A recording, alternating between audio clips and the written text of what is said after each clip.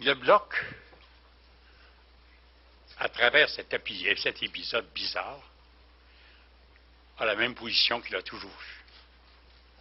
Si, quel que soit le gouvernement à Ottawa, si une mesure a du sens pour le Québec, ou est dans l'intérêt du Québec, on vote pour. Et si ça n'est pas conforme aux intérêts du Québec, on vote contre.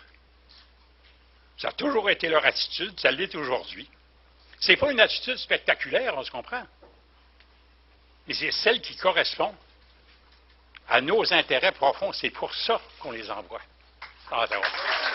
Il a bien fallu que quelqu'un commence à s'occuper de ce qui intéresse les gens. Et c'est là qu'on a vu apparaître, de la part des trois partis fédéralistes, une préoccupation sociale remarquable. On allait dire aux gens ce qu'ils veulent entendre. Par exemple, augmenter le nombre de médecins. Bon. Alors, comment le fédéral, un gouvernement fédéral à Ottawa, augmente-t-il le nombre de médecins? Est-ce qu'il crée une faculté fédérale de médecine à Montréal? Le nombre de médecins, de places en médecine, est déterminé par le gouvernement de Québec, le ministère de l'Éducation, en consultation avec les universités McGill et Montréal. Ça veut dire quoi, ça? Nous, au fédéral, quand on prendra le pouvoir, on va augmenter le nombre de médecins. Autre chose. Quand on prendra le pouvoir, on va augmenter l'aide au soutien à domicile. Bon. Le soutien à domicile, pour les soins, au Québec, c'est les CLSC. Alors, comment ils vont faire? Créer un réseau de CLSC parallèle? Ça rime à quoi, ça? Je comprends que ça fait plaisir aux gens. Tu sais, n'importe qui a attendu très longtemps dans un hôpital, n'importe qui voit que pour ses vieux parents, les soins à domicile ne sont pas suffisants et qu'il faut les envoyer en hébergement, c'est bien sûr que tout le monde réagit de façon parfaitement humaine là-dedans en disant, ben oui, on est d'accord avec ça. Mais ça sert à quoi? À ces politiciens fédéraux de promettre des choses dont ils savent très bien que c'est à Québec que ça se décide, puis que c'est à Québec que ça se passe. Mais qu'est-ce qu'on leur demande, finalement? On ne leur demande pas de remplacer le gouvernement de Québec ou de venir s'additionner au gouvernement de Québec. Ce qu'on leur demande à ces partis-là, c'est est-ce qu'ils pourraient nous transférer davantage des impôts qu'on paye à Ottawa pour financer nos services de santé. Au Québec, il y a une distinction ici en deux groupes. Il y a ceux qui disent « rendez-nous une partie de nos impôts ». Puis d'autres qui disent « on veut tous nos impôts ». Dans le moment, à l'heure actuelle, on a tous, au Québec, le même intérêt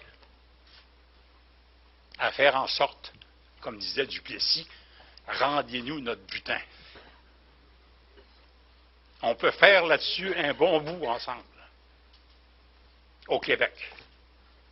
Et c'est pour ça, d'ailleurs, qu'on voit assez fréquemment des résolutions unanimes de l'Assemblée nationale qui s'adressent au gouvernement d'Ottawa. C'est encore surprenant le nombre de sujets sur lesquels, finalement, on peut s'entendre au Québec pour présenter une sorte de front commun. Mais pour ça, il faut, comme on dirait en termes de football, il faut un receveur de ballon.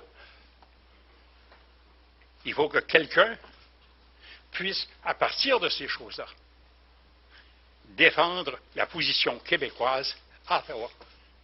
Et c'est ça le rôle central du Bloc. Puis ce rôle à Ottawa, là, de constamment servir de chien de garde, ce n'est pas nécessairement le rôle le plus facile. Mais c'est essentiel.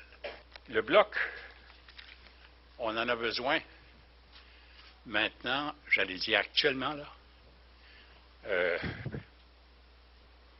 peut-être plus que jamais. Il y a d'énormes dossiers. qu'il faut surveiller. D'abord, la compensation pour l'harmonisation de la taxe de vente, là, 2 milliards, 2 milliards 200 millions, promis pendant une campagne électorale.